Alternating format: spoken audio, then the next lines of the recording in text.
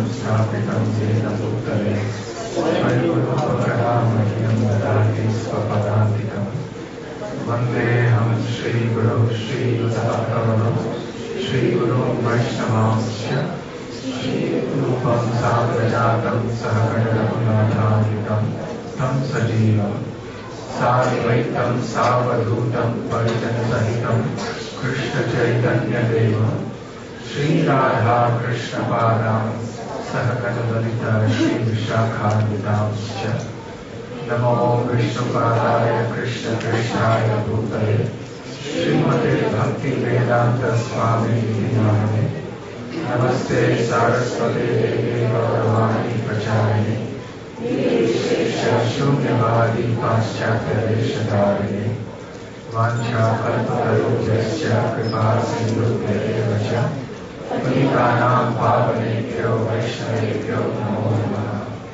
Jai Shri Krishna Chaitanya Prabhu Nityananda Shri Advaita Gadadhara Srivasadi Gaura Bhakta Vrinda Hare Krishna Krishna Krishna Hare Hare Hare Rama Rama Rama Hare Hare. We have all the lights on. We're not affected. You can still see it nicely.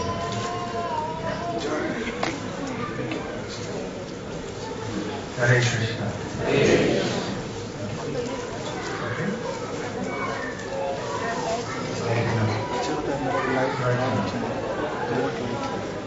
Hare Krishna. Hare Krishna.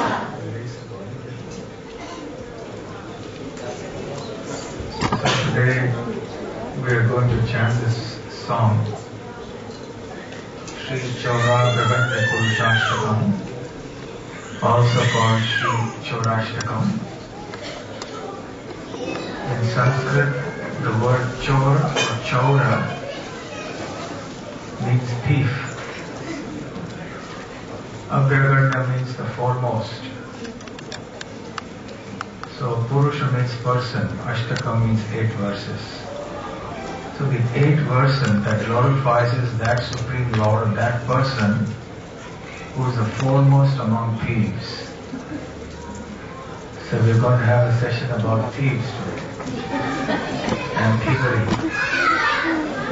Now that I think can somebody deal with them so that they are somewhere else, some other place for them to play.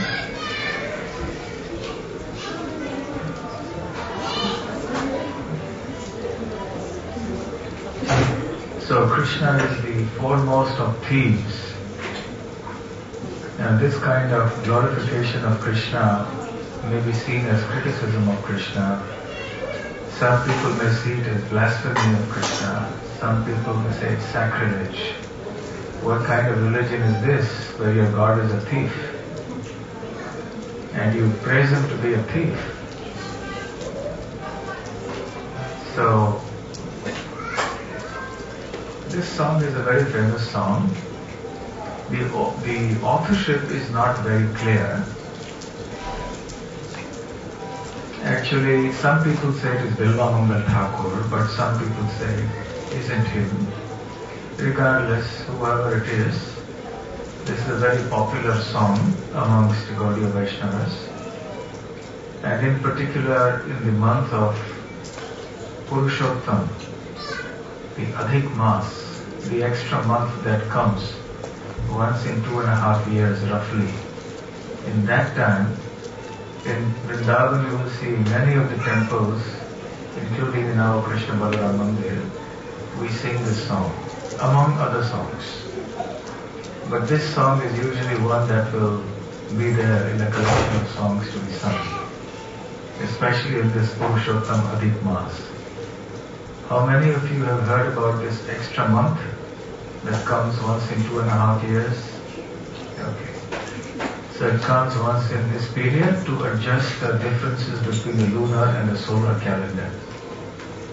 The Vedic calendar is essentially the lunar calendar, but with passage of time, every 2.5 years, some correction needs to be made to bring it in line with the solar calendar. So then an extra month is added. So this happens roughly 2.5 years, every 2.5 years or so, plus minus something. So I'll read the translation of this song first. Do we have it? No? Okay, alright, I'll just read it.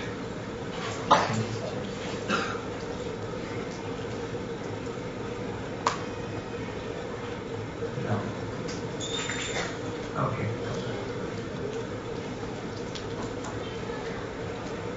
Translation is as follows. I offer pranam to that foremost of thieves. By the way, the last line is Chaura Graganyam Purusham Namami. Chaura Graganya, as I mentioned, is the foremost of thieves. Purusham means person. Namami means I offer my obeisances. So, for most of the verses, not all of them, or at least for some of the verses, you will find this last line, Chaura Graganyam Purusham Namami.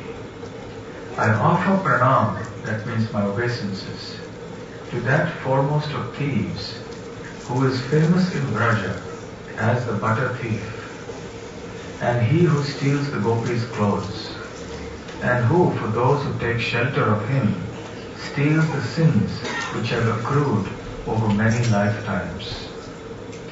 I offer my obeisances to the foremost of thieves, who steals Srimati Radhika's heart, who steals the dark luster of a fresh rain cloud, and who steals all the sins and sufferings of those who take shelter of his feet.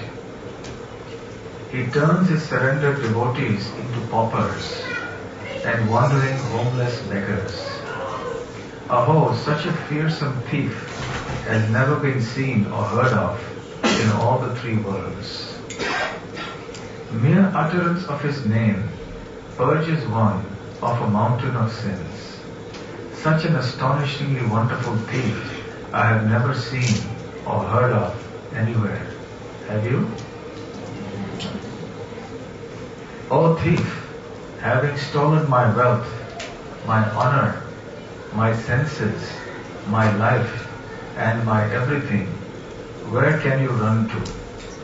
I have caught you with the rope of my devotion. You cut the terrible noose of Yamaraj. You sever the dreadful noose of material existence. And you slash everyone's material bondage. But you are unable to cut the knot fastened by your own loving devotees. O stealer of my everything, O thief, today I have imprisoned you in the miserable prison house of my heart, which is very fearful due to the terrible darkness of my ignorance. And there for a very long time you will remain, receiving appropriate punishment for your crimes of thievery. O Krishna, thief of my everything, the noose of my devotion remaining forever tight, you will continue to reside in the prison house of my heart, because I will not release you for millions of eons. So this is the translation. So this, therefore let us begin now glorifying that foremost of thieves.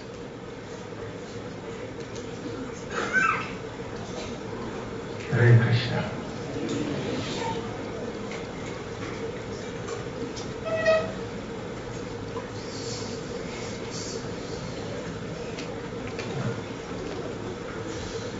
Vraje prasiddham navanita chauram chaura.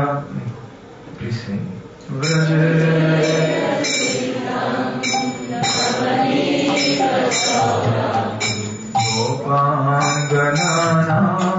chadukula chauram.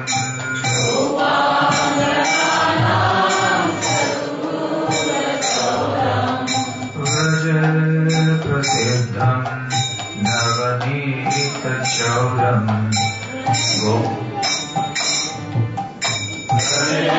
Prasiddham navanita chauram Gopangananam Chadukula Chauram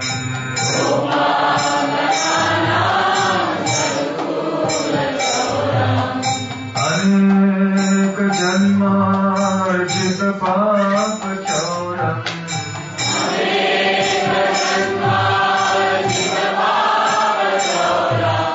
Chauragraganyam Purusham Namami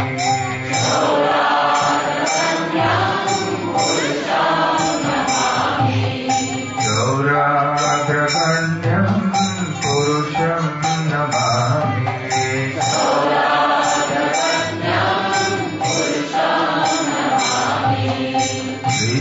Radhikaya Hridayasya Chauram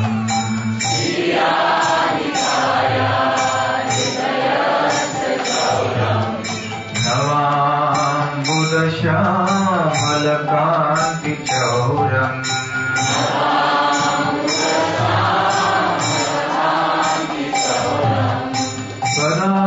Padashritanam Chasamasta Chauram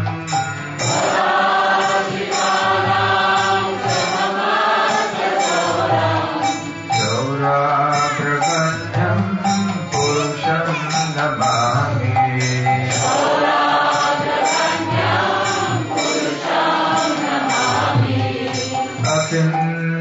Akinchani-kritya padashritam yaha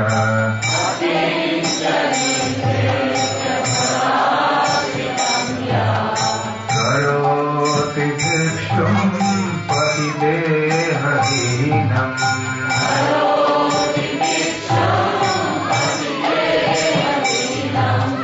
Kenapyo bhishana-choradhite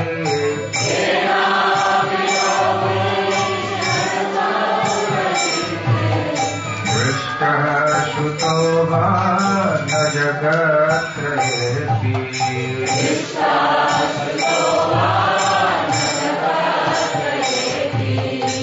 Yadi namatyarasya shesham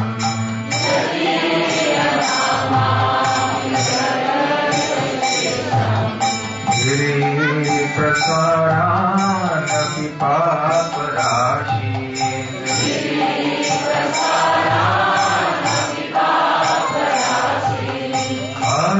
Asharya-rupa naruchora-idre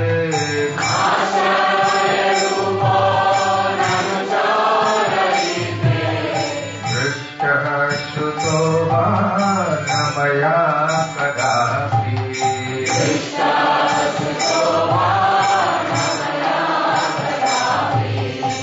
Dhanam cha manam cha yathe tathendriyani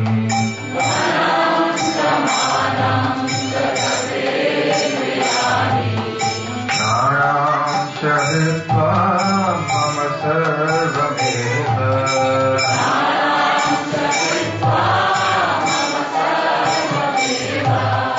Palpalayate kutra pritodya chaura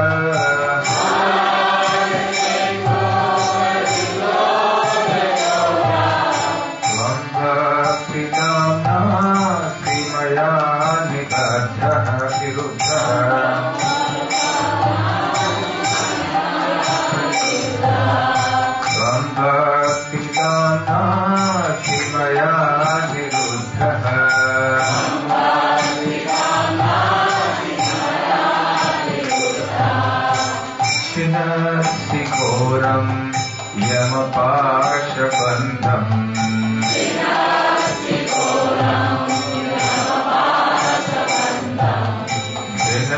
Vinasikhimam Bhavapashabandham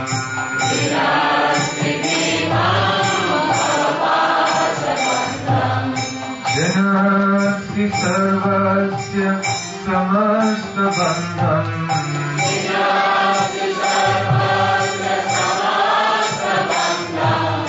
Naivatmano bhakta kritam tu bandham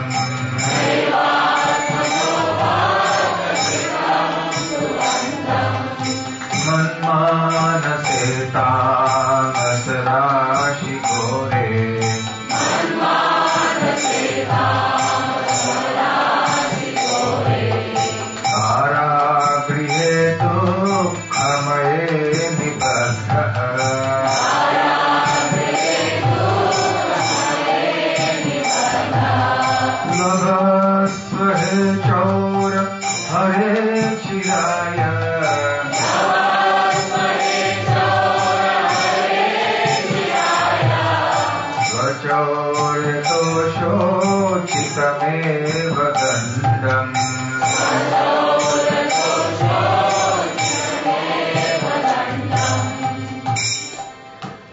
कारागृहे वस सदा हृदये मदीये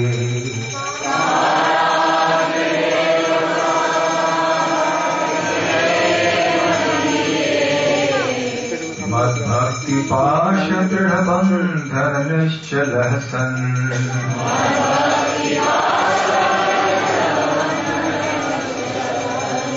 त्वां कृष्ण हे प्रलयकोटिशतान्तरेऽपि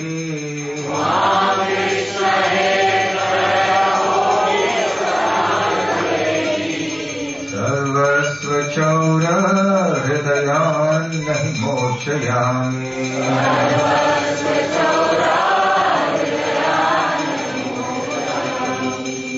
व्रजे प्रसिद्धं नवनीतचौरम्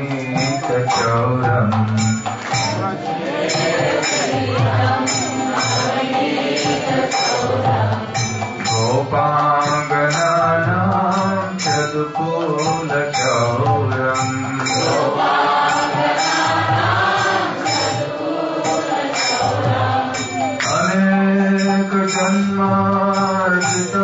अनेकजन्मार्जितपापचौरम्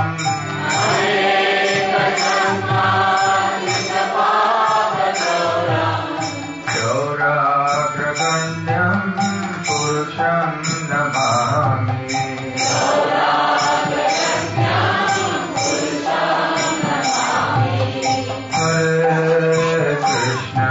हरे Krishna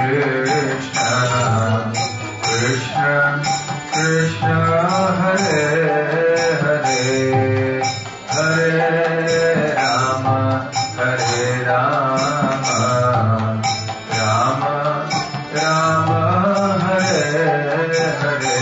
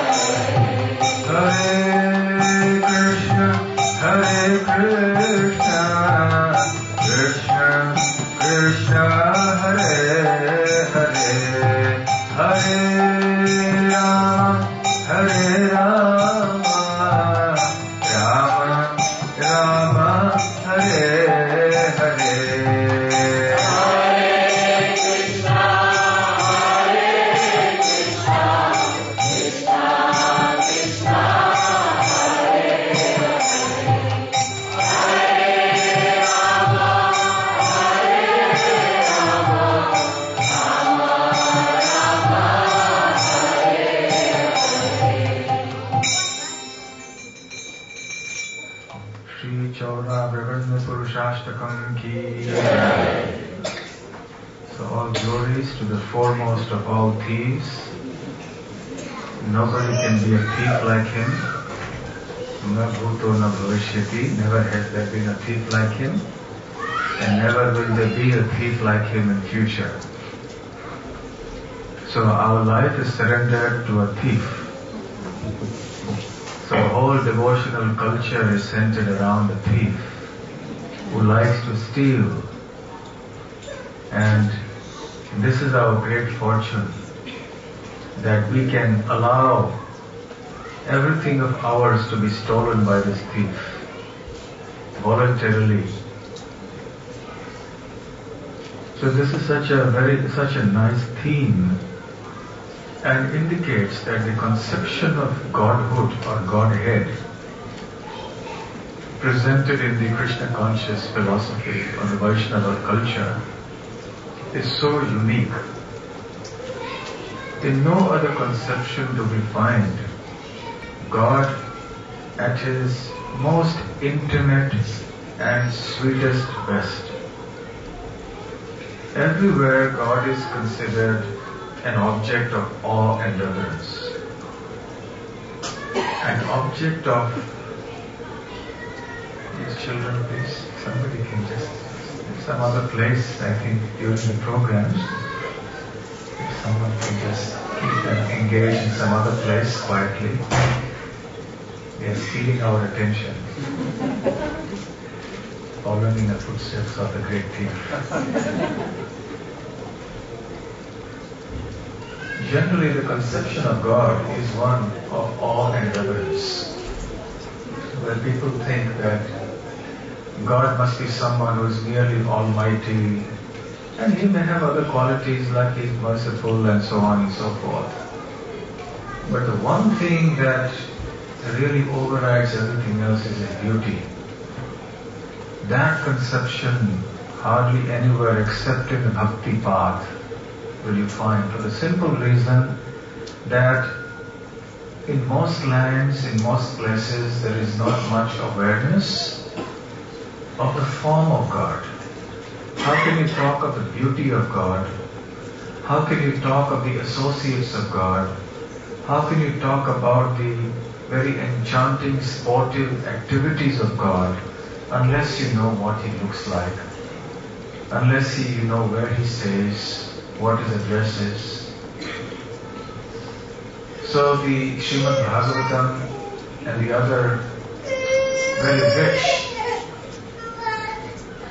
Please take them away outside. And the very rich devotional literature of Krishna consciousness, and also the great saints like Bilvamoga Thakur have given us very deep insight into this very charming form of God. His charm is something that is legendary. For those who are accustomed to him, they become addicted to him. They cannot give him up. As we can see, he steals the hearts of everybody who comes in touch with him somehow or the other. And in this song, the glorification begins by glorifying him as a butter thief. He is famous as a butter thief. Braje, that means in Braja. Prasiddham meaning famous. Navanita Chauram. Navanita means butter. Chauram means thief. So he is famous in Braja as a butter thief. Now this may be something quite unthinkable or bewildering to others who are not quite familiar with this idea of God. God, a thief, is one thing that seems to be really, as you say, far out. But then butter thief of all things. Your God steals butter, he steals milk. I mean, what kind of God is this? It's really very surprising to everybody. But such is the nature of the Supreme Godhead, that he enjoys such pastimes more than he does playing God. You see, the problem is that everybody likes to play God except God. Only God doesn't want to play God. God simply wants to be a fun-loving, frolicsome, mischievous thief, having fun and enjoying all the time. And it is others who somehow or the other don't want to participate in these frolicsome activities of the Supreme Lord, who want to imagine themselves to be false enjoyers and gods and lords of this world. So, Krishna's butter-stealing pastimes are amongst the most famous in Vraja, in Vrindavan. Why would Krishna steal butter? That remains a mystery. Even Mother Yashoda cannot understand. His mother is completely perplexed. She accosts him every now and then when allegations fly thick. When from all corners of Vraja, the elderly gopis come with complaints about Krishna stealing butter from their homes. And Mother Yashoda sometimes turns them away and says, no, my son can't do such things. Because most mothers think that sons can't do anything wrong. No, my son will not do. Just see how innocent and such a nice little boy. And he would stand there with such an innocent, sweet smile on his face. And nobody could imagine that he would be up to mischief. Or nobody could imagine that he could speak a lie. So she would take one look at his face and say, look at his face. Do you think this little boy can do anything? And then those gopis would also, their hearts would melt and say, actually, it's all right. And on the times when Mother Yashoda would want to really scold Krishna, when the complaints seemed to have some merit, and there was a lot of political pressure coming in, then when she was about to steal or about to scold Krishna, and then sometimes she would threaten to punish him, then the gopis would get along. No, don't punish him. Actually, we like it when he does it, but it's just a habit. We come and we complain. But actually, when he performs his mischievous activities, we really like it a lot. So, Mother Yashoda used to always wonder, what could be the reason? Sometimes she would ask him in frustration, just tell me clearly, why do you go and steal butter? Is there any shortage of butter in our house? Your father is the king of Braj. He has 900,000 cows. And he has so much milk and there's so much butter and yogurt and everything available for you. Why do you have to go to somebody else's house and steal that butter? And Krishna would sweetly smile and say, I don't steal any butter. So Mother Yashoda decided that she would have to do something about this. So among the 900,000 cows that Nanda Maharaj had, she selected the most, shall we say, wonderful cows who would give a lot of milk. The highest producers of milk, and not just in quantity, but actually the sweetest. She would take the best cows amongst all these 900, and then from amongst them, she would feed them the choicest of flavored grasses. And then from their milk, she would prepare the butter and yogurt and everything else. And despite that, Krishna would go. And sometimes he would just break the pots. Sometimes he would distribute to the monkeys. And when he was caught by he would do that in different homes. And even as the butter was streaming down his lips, on his cheeks and his jaw, and he was caught red-handed or white-handed, and he would say, you are a thief. So he would bite his lips as if in anger and says, I am not a thief, you are a thief. And he says, you haven't stolen butter? No, I haven't stolen butter. So what is this dripping down your lips? Oh, that came by mistake. Your son put it on my lips. So he would bring some story out, and And the gopis would love to engage him in such banter. And sometimes he would criticize. My father is a king of Braj. Do you think I'm poor? Do you think I will come to your house to steal butter? Do you think I have no shame? So he would argue back with the elder gopis like this. Just a small little boy. And sometimes he would say, why would I come to steal your butter? See, this butter is so tasteless, even the monkeys don't eat it. I've tried to distribute it to the monkeys and they reject it. So, why would I come and steal such butter from your house? One time it so happened that one gopi called Prabhavati caught him red-handed, stealing butter. So she said, now we've really had enough. Now I'm taking you at this very moment to your mother and you're going to get some scolding and some real punishment. So come with me at once. So she caught him by the hand and she was in firm strides. She was walking from her house to Mother Yashoda's house. And Krishna had to run fast to keep pace because she was furious and she was really moving fast. So little Krishna had to almost run. So even as he was jogging, he was telling Prabhavati, look, oh Gopi, don't do this. Don't do this. I will show you what I can do. Come. You will regret it. I tell you, you will regret it. You are threatening me. So then she was so angry. No, Prabhavati, don't do this, don't do this. But she wouldn't listen. So finally she took him to Mother Yashoda. And when standing in front of Mother Yashoda, she said, Yashoda, just look at this boy. He has stolen, I caught him red-handed stealing butter. And then he was standing there innocent. Look at him now as he stands, thinking as if he is innocent and claiming all innocence. Mother Yashoda started smiling. So Prabhavati was thinking, why is Mother Yashoda smiling like this? No, it's not a joke. It's a fact. Don't make a joke out of it, Yashoda. Mother Yashoda really started laughing more.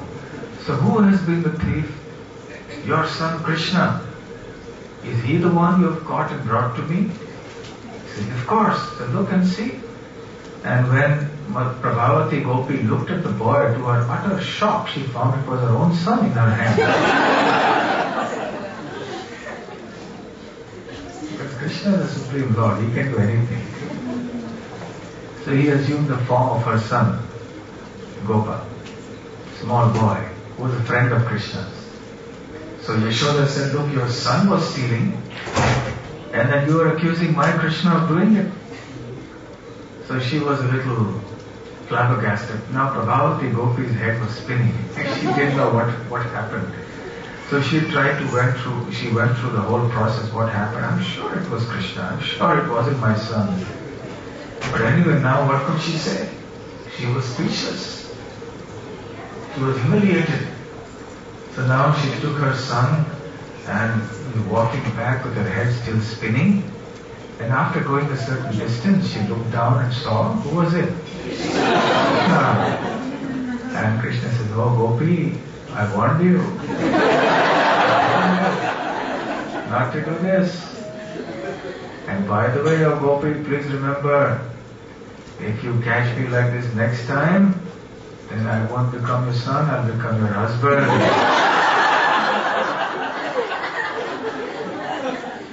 And I think after that, Prabhavati Gopi never dared to bring Krishna to Mother Yashoda at least. So these are the fun-loving pastimes of Krishna stealing butter. He is called Makhan Chor. Srila Prabhupada mentions that generally when people steal, they are criticized in society. They are looked down upon as thieves, as criminals. But here is a case when the Lord steals and is glorified. Many times Krishna does things which are quite odd, for which another person would be wrongly criticized, perhaps sometimes imprisoned also, like stealing. But When Krishna does it, it becomes an act worthy of glorification and song. And devotees for thousands and thousands of years have been glorifying these stealing pastimes. But if anybody were to come into your house, open your refrigerator and steal your yogurt, and you would call the police and he would be in jail. Nobody would write songs about his glories. But because Krishna is the Supreme Lord and He's doing it and He's acting as a little boy, therefore these songs, these activities become even more pleasurable. He runs away from the battlefield, which is something that a soldier is not supposed to do. Then he's called a deserter. A deserter is humiliated. A deserter is disrespected. Similarly, a thief. But when Krishna does it, when he runs away from the battlefield, he's called Ranchor. And there are temples named after him. And somebody else runs away from the battlefield, there's nothing named after him. And he may have to go to jail or something. So this is because Krishna is the supreme absolute truth. And he descends to perform these very, very sweet pastimes.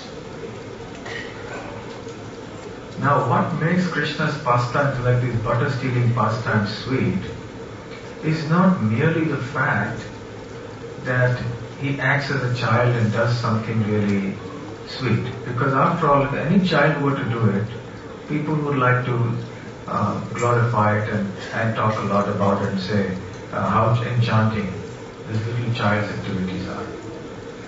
But because he remains the Supreme Personality of Godhead even when he does that, he remains omnipotent, omniscient, etc. He remains that same Supreme Personality of Godhead, but he enjoys doing this more than being God and ruling over the material world and giving everybody the results of their karma and so on and so forth. That is why these activities are even more pleasing. For those great devotees who are fortunate enough to have their minds constantly absorbed in such pastimes of the Lord, their lives are successful. So the first line is Praje Prasiddham Navanita Chauram. The second line is Gopangananam Chatukula Chauram. Dukula means clothes. Gopa are the cowherd boys, men, and Angana means ladies. So Gopangana refers to the cowherd damsels or the gopis of Vrindavan. So Krishna stole the clothes of the gopis of Vrindavan. Now if someone were to do that today, they would be arrested for molestation or whatever else. When the little gopis went to take bath in the Yamuna and they had kept their clothes on the bank, little Krishna went at that time. The gopis were very, very small at that time, of course. Krishna was also very small. Both were children. So he took their clothes from the river banks and hung them up on a branch of a tree, as we can see there. And this pastime is also glorified. Although if anyone else were to do such a thing, it would be quite a disgraceful thing to do. But when Krishna does it, it becomes just so enchanting and charming. And this pastime is also considered a very, very important pastime because it was after this, it was at this time that Krishna fulfilled the desire of the gopis to be their husband. The gopis were always praying to Katyayani or Durga. You can see Durga's little deity there.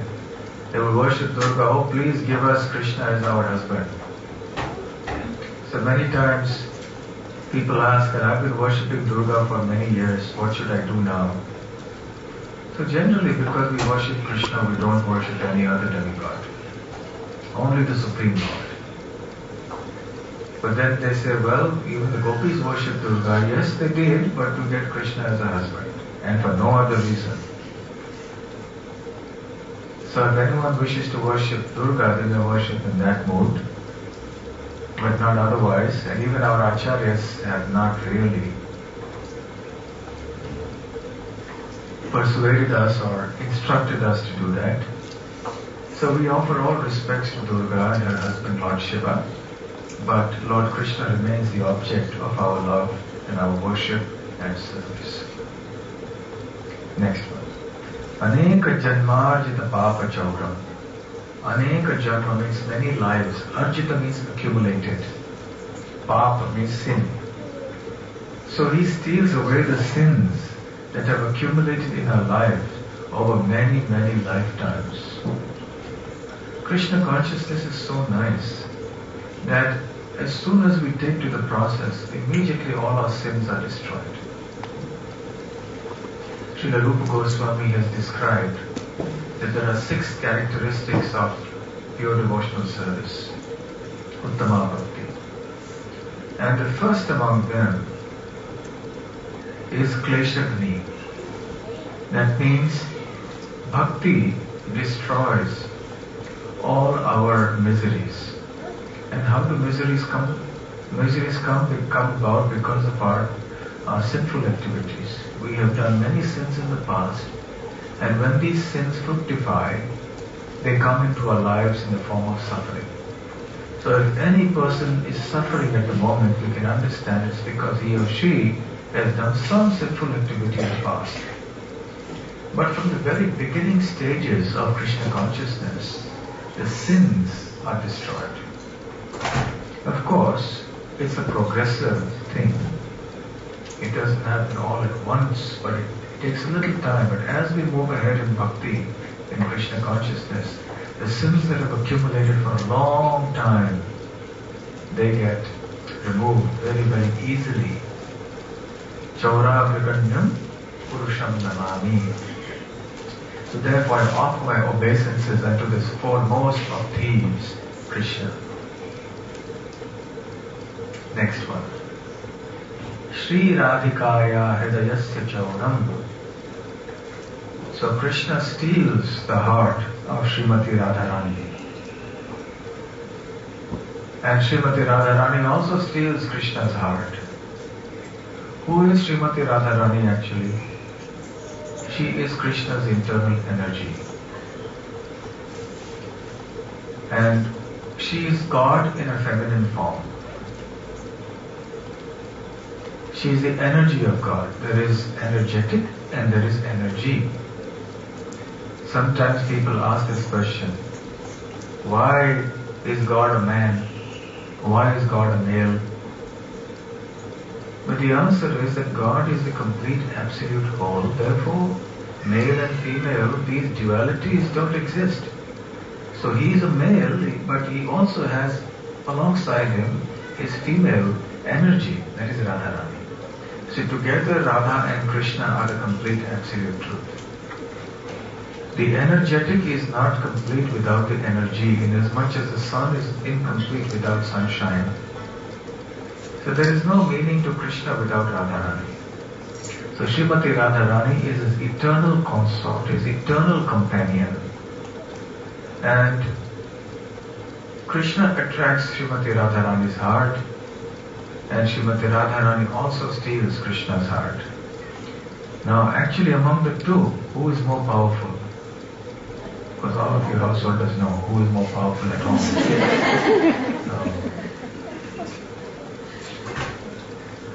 Now, when Krishna is known as all attractive, he attracts everybody, and Srimati Radharani is a she who attracts even Krishna.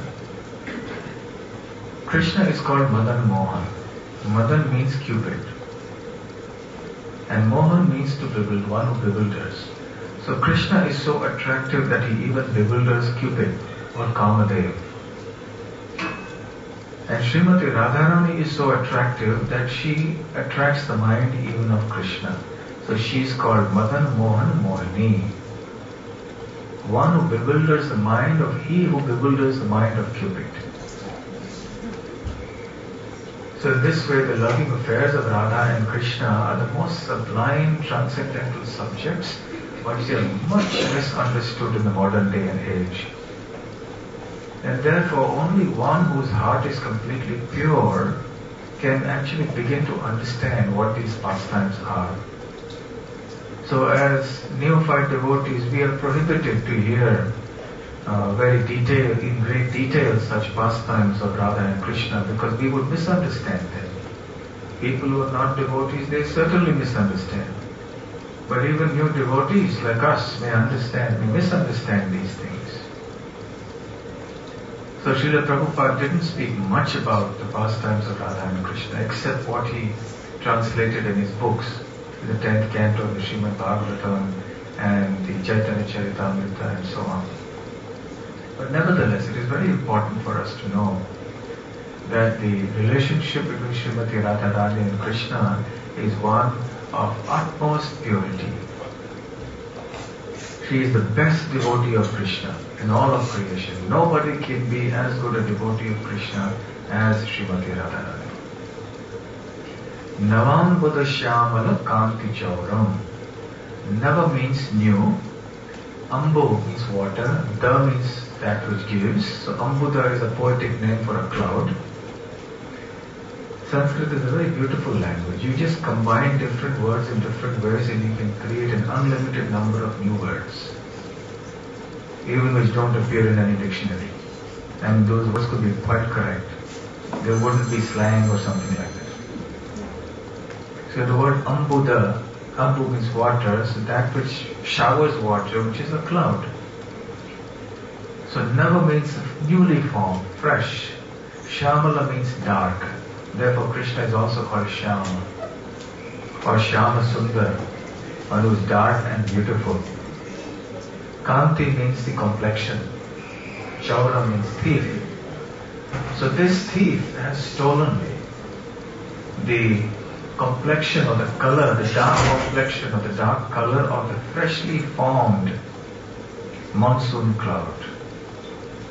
So that is the complexion of Krishna. So this particular picture is very appropriate for that.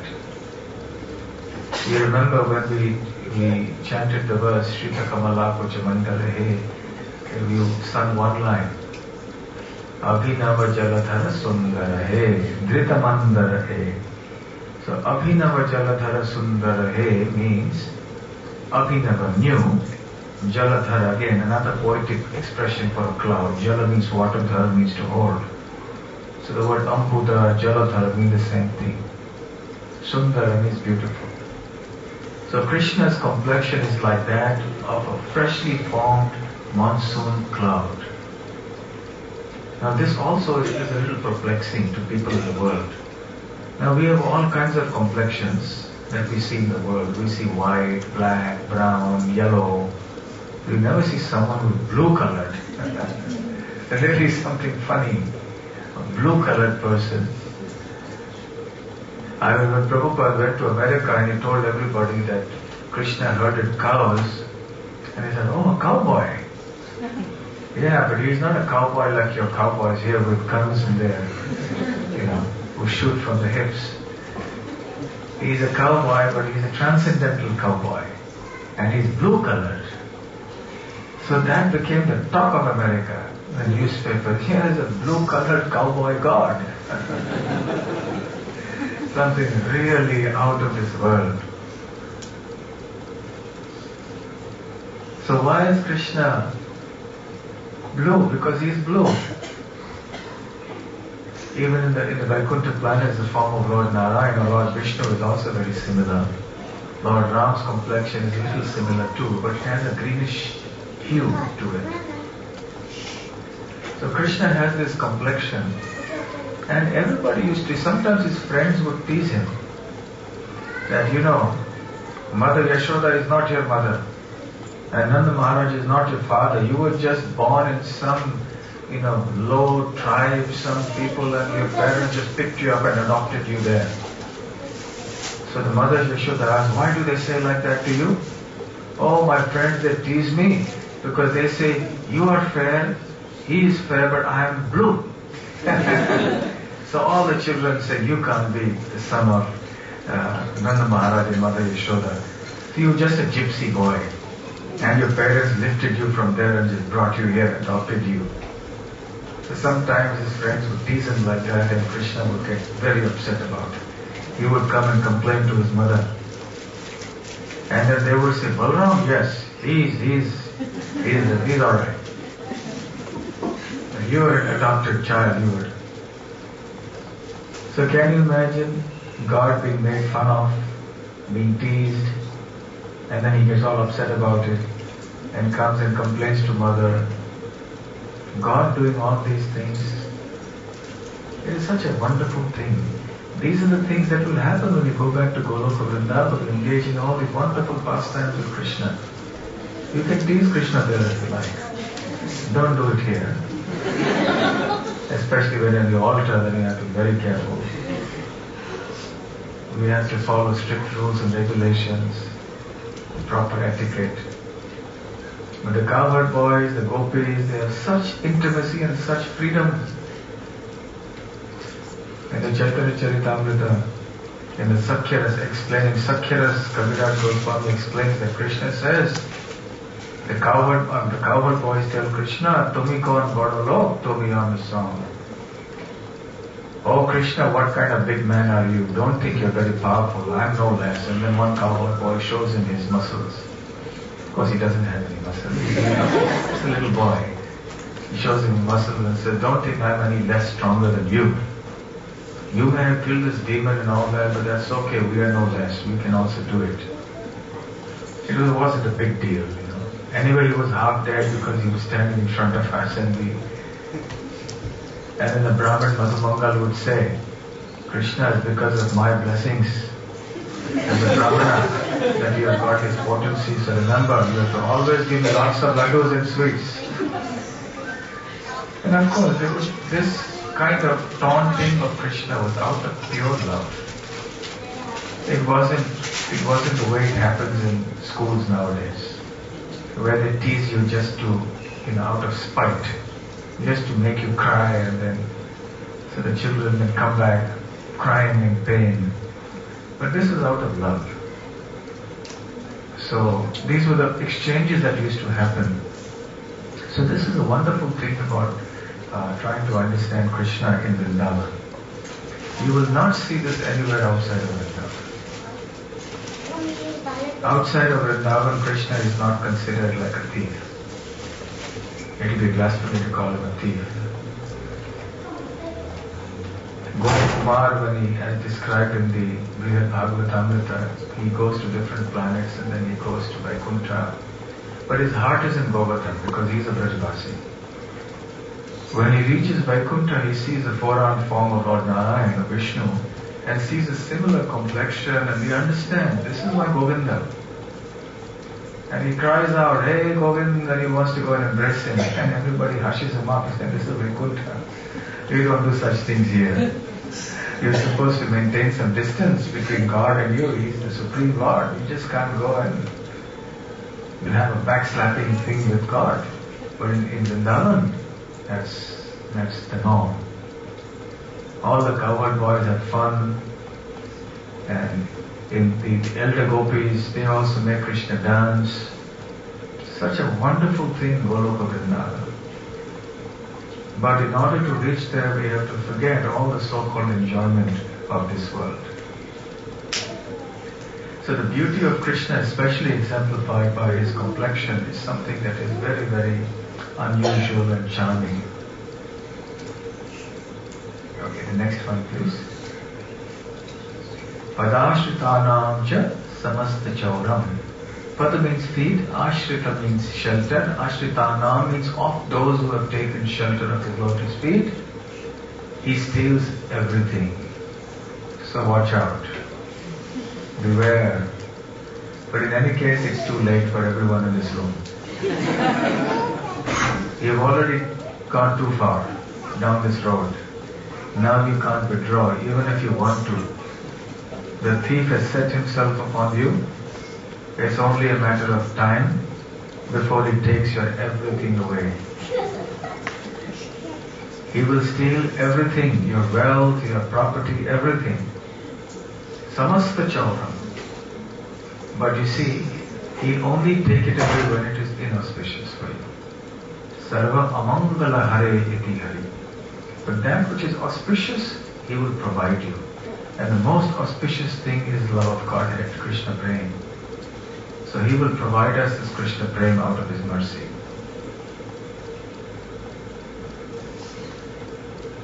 Okay, next. Akinchani kritya padashritam yah karoti viksham patigehinam. This is the criticism of Krishna. That Krishna, there is someone who has become completely surrendered to your lotus feet. And what do? You make him a bhikshuk, you make him a beggar, gehahinam, and homeless. This is what you do. For anyone who surrenders to your lotus feet, he becomes a homeless beggar, wandering from place to place, meaning that they become mendicants, they become sages, who now wander from place to place in a completely renounced state of mind. So this is the magic of Krishna. Whoever comes in touch with Krishna becomes so enchanted by his devotion that the pleasures and enjoyments and the opulences of this material world become completely insignificant for this person. So captivated does that person become by the charms of Krishna, he forgets everything else. So even the Pandavas, these are the Pandavas going, this is Yudhishthira Maharaj, going into the forest. When he realized that Krishna has left this world, then he would go up. He left immediately. The 5 Pandavas and Draupadi left and just walked and walked and walked. This is also a kind of practice followed in the Vedic times.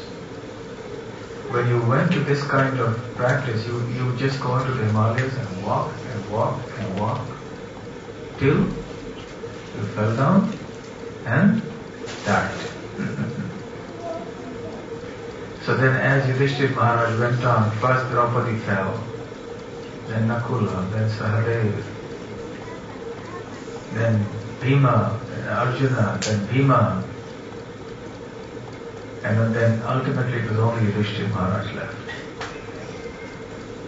Out of love for Krishna. So these bhikshuks, I had the good fortune of going to a place that was very close to this spot. It's in Badrinath. And it's way up. It's such a haunting place, you don't feel like leaving it once you're there. With the Mother Ganga flowing down, it's just something out of this world. And you can't help but be spiritual when you're there.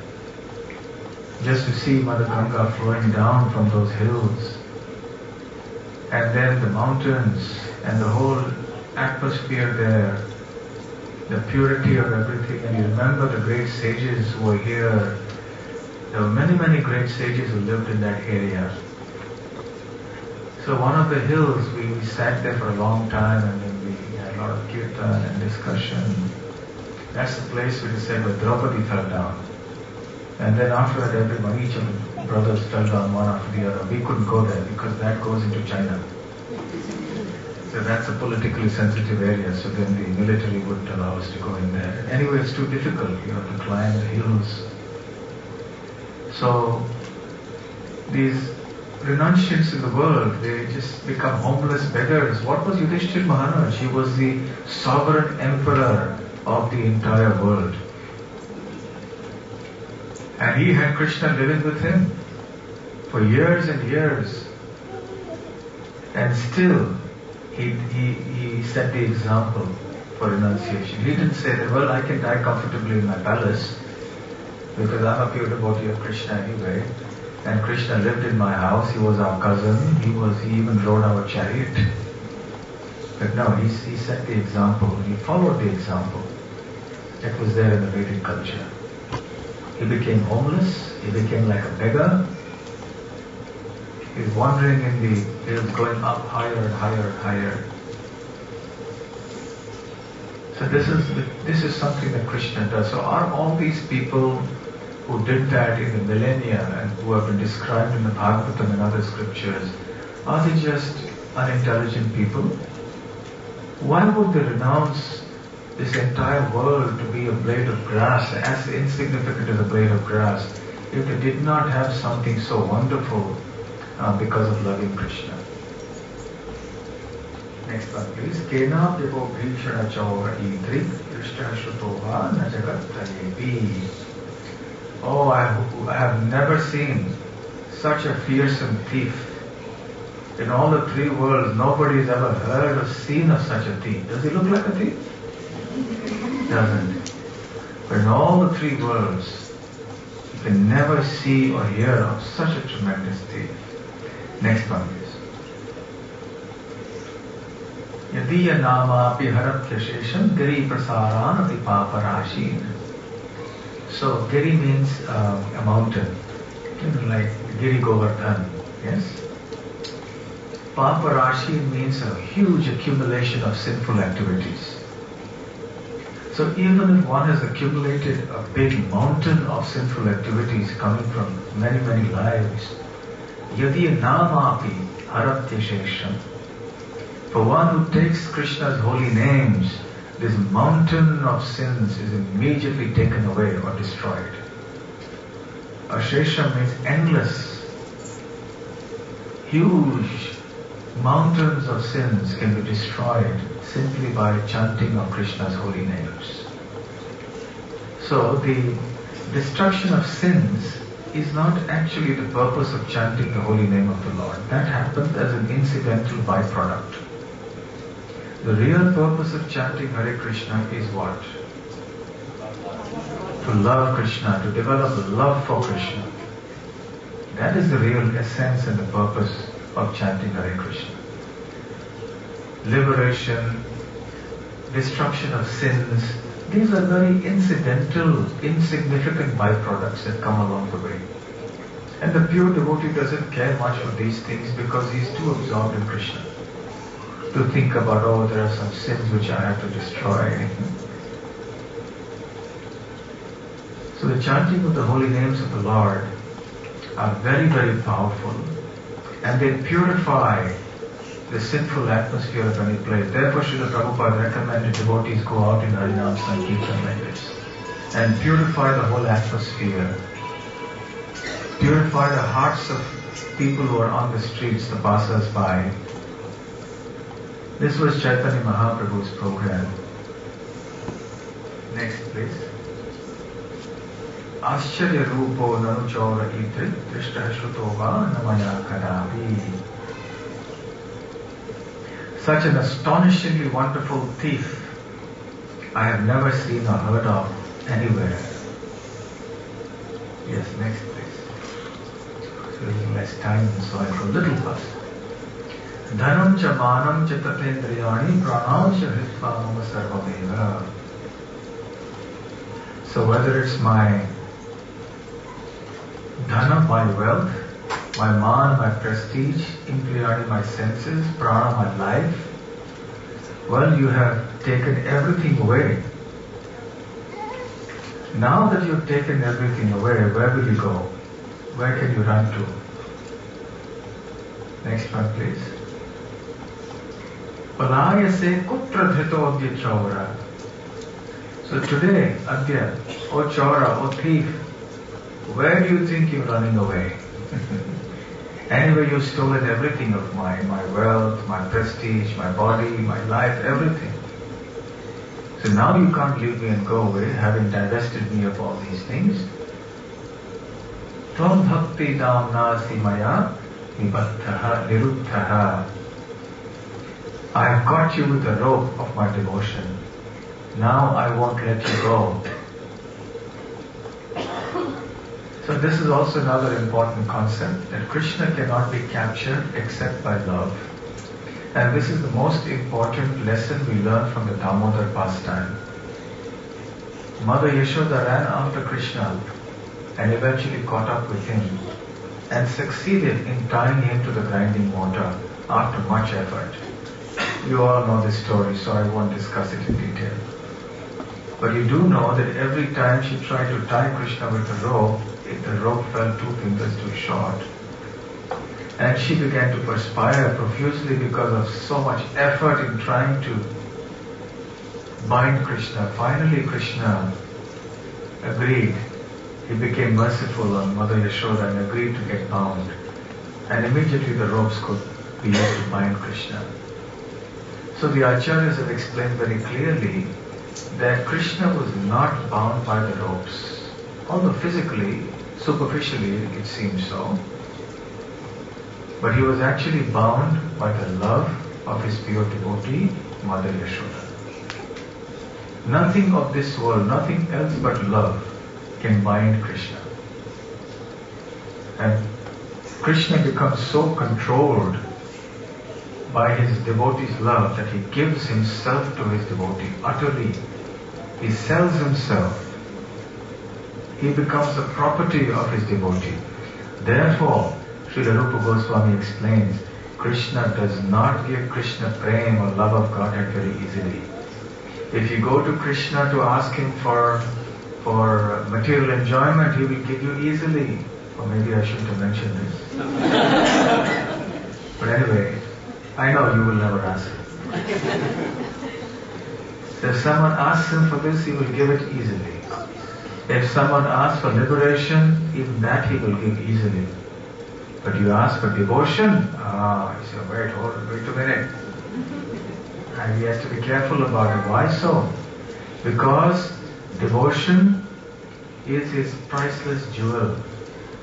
Because when he gives pure devotion to someone, it means that he's selling himself to that devotee. So then Krishna is very careful. Suppose there's a shopkeeper who's selling something, and you go to his shop and say, well, I'd like to buy this and I'd like to buy this. And then you tell him, well, I'd like to buy you as well. He said, what do you mean? I'm not going to sell myself to you. You can take whatever you like from my shop, but I can't sell myself to you. So going to Krishna's shop and buying different things is like approaching him for so many other benedictions, material benefits and so on. Even up to the point of merging into the impersonal Brahma Jyoti. But when it comes to awarding pure devotion to his devotee, then Krishna thinks, yes, since I have to give myself up to this devotee, I better be careful. So Krishna is very careful before he gives that. So therefore, one of the characteristics of this bhakti is called Sudurlabha, very rare. Because this is Krishna's position. He becomes a puppet in the hands of his devotee. Again, another concept that is difficult for other people to understand. How can God become a puppet in the hands of his devotee? When Krishna was enacting his childhood pastimes, the gopis used to gather around him and they would sing and ask Krishna to dance in tune, in time with the singing. And they would clap their hands and Krishna would dance in tune with their singing and clapping. So he was actually like a puppet, he was dancing to their tune, literally speaking. So this is the power of devotion. The next one, please. Chinatsi ghoram yamapasha bandham. Yamapash means the noose of Yamaraj. You know, when the living entity leaves the body, then he has a certain subtle body. And then the subtle body has to be taken to Yamaraj's kingdom. And for that purpose, he is given another kind of body which is grosser than the subtle body but subtler than the gross body. A special type of body which is just suitable for being punished in different places, like the hellish planets, and even suitable for the travel from earth to Yamaloka. So you see this criminal who has been brought after death, he has been brought to the court of Yamaraj. And Yamaraj now is examining his books of account. And he's checking all the sins and he's deciding what his destination should be in the next life. So you see he's tied by ropes very strongly. You see in the story of Ajamil also that they come with these fearful ropes. There was one devotee who mentioned his personal experience. He was in a hospital and it was a semi-private ward where you had two patients in one room and there was just a partition between the two beds. And he had just had a heart attack. It was a fairly serious condition, but he had recovered fortunately, so he was lying in bed. And in the next bed was another patient who was very serious. Then all of a sudden he saw these ghastly creatures coming right through the wall. And you can imagine if somebody sees that, he's going to sit up upright in the bed and wonder what it was. So he immediately sat up and was terrified. And then he recognized that these are Yamadutas. And these are the messengers of Yamaraj. Because he recognized the pictures in Prabhupada's books. He recognized the descriptions of the Yamadutas. And he was speechless and he was frightened to see them. But they came, they didn't even look at this devotee. They are prohibited to look at devotees. So they just walked by, and they flew by rather, and went this way. And he was just petrified, so the devotee was just lying there, not able to speak, not able to do anything. And in a few seconds, something started buzzing, some machine started buzzing in the next bed. Pom, pom, pom, pom, pom, something happened, and the nurses came running in, and they tried to figure it out, and then finally the doctors came running, and the patient had died.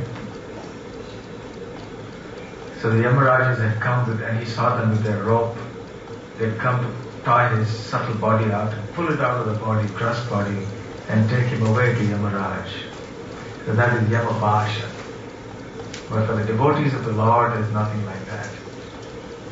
So he says that because Krishna is the one who cuts this Yamabhasha, the ropes, so the devotees don't have to fear. Yamaraj already warned his people, don't approach a devotee of the Lord who chants Hare Krishna. And especially don't approach those who are devotees in Sydney. Because they are wonderful devotees of Radha Gopinath. So don't you dare go near them. So Yamaraj, Yamadutas don't go there. Vinasi bhimam avapasha bandham. Similarly, the avapasha bandham means the bondage of material existence, the material bondage. Krishna slashes that, and therefore he is called Mukunda, one who gives liberation. Chinatsi sarvasya samasta bandham. So he tears to shreds all our bondage of any kind. But you are unable to cut the knot fastened by your own loving devotees. Na eva atmanaha bhakta kritam tu bandham. Bhakta kritam means that which is done by the devotees. So you cut the bondage, all kinds of bondage, but you are unable to cut the bond that the devotee has tied you with. The devotee's love, the rope of the devotee's love is so strong that this is one rope you can't cut. You can cut all other ropes except this one. Next one. Manmanase tamasa rasha kori karagrihe dukkamaye nibaddhaha. O stealer of my everything, I have imprisoned you in the miserable prison house of my heart, which is very fearful due to the terrible darkness of my ignorance.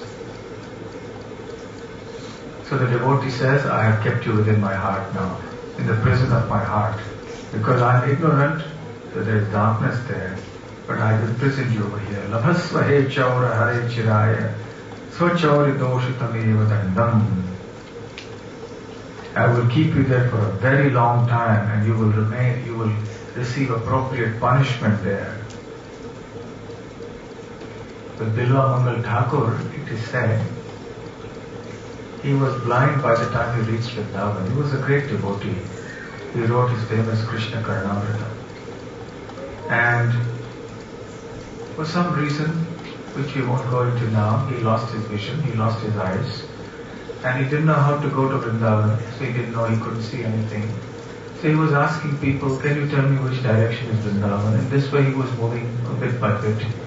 And suddenly one sweet little boy came to him and said, Baba, you want to go to Vrindavan? Come, I'm also going there, I'll take you. So he caught hold of Bilva Mangal Thakur's hand and he led him. And they walked on for days and days and days together, happily chatting together. They would rest at night in different places and so on and so forth. So this little boy would guide Bilva Mangal Thakur all along. Finally the boy one day, after many days of traveling, said, "Oh Baba, now we have come to the outskirts of Vrindavan and now I have to go. I have some work to do, so you have come here now." At that time, in a flash, Bilva Mangal Thakur realized something. What did he realize? He realized the identity of this boy. And Krishna is seated in the heart of everybody, so he understood that Bilva Mangal Thakur has understood. So he slipped away. And Bilva Mangal understood that Krishna understood that he has understood. And now he tried to grab Krishna's hand. "You don't run away from me now. Where do you think you are going?" He tried to reach out like that, but Krishna slipped away. And then, because he was blind, he couldn't see him. Hare Krishna. Shri Radha Gopinath ki Jai. So we'll just continue for 2-3 minutes more, few minutes more, and then have a kirtan. Radha Gopinath will like to hear this pastime of Bilva Mangal Thakur again, because he was the one who did it. So Bilva Mangal couldn't see anything. So he said, he was calling out, "Gopal, Krishna, where are you? Come, come." So then there was no answer. Then after a long time, Bilva Mangal said, then he composed some nice verses. We don't have time to go into those nice verses. He said, "You can escape from the clutches, from my physical body, from my hands. But if you're really strong, prove your strength to me. Let me see if you can escape from my heart, where I have captured you and kept you firmly. So let us see what a big hero you are, how villainous and strong you are, whether you can escape from my heart." And Krishna was unable to do so. So he remained in Bilva Mangal Thakur's heart, and Bilva Mangal Thakur remained many years in Vrindavan, worshipping Krishna and serving him there. And similarly, at the end, to conclude, this poet who has written this song says, "O Krishna, thief of my everything, the noose of my devotion remaining forever tight, you will continue to reside in the prison house of my heart, because I will not release you for millions of aeons." So eternally Krishna resides in the heart of his pure devotee. So let us also make it the mission of our life to capture this thief. We shouldn't let this thief escape. He does things and runs away, but now we should capture him and preserve him in the deepest core of our hearts and keep him there always, eternally. That will be the ultimate success of our life. All glories to the foremost thief of Vrindavan. Shri Shri Radha Gopinath ki Jai. Hare Krishna. Now we can have a little kirtan.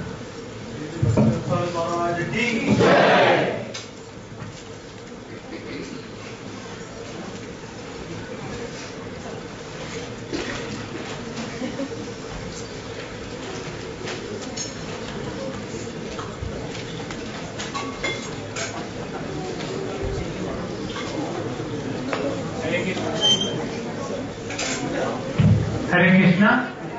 Hare Krishna. Just a quick reminder for those who weren't here at the start of the discourse. Tomorrow night is Maharaj's last night on this series of Vaishnava bhajans. So we would humbly request to all of you to please come and attend. So there is no class on Tuesday night. Hare Krishna.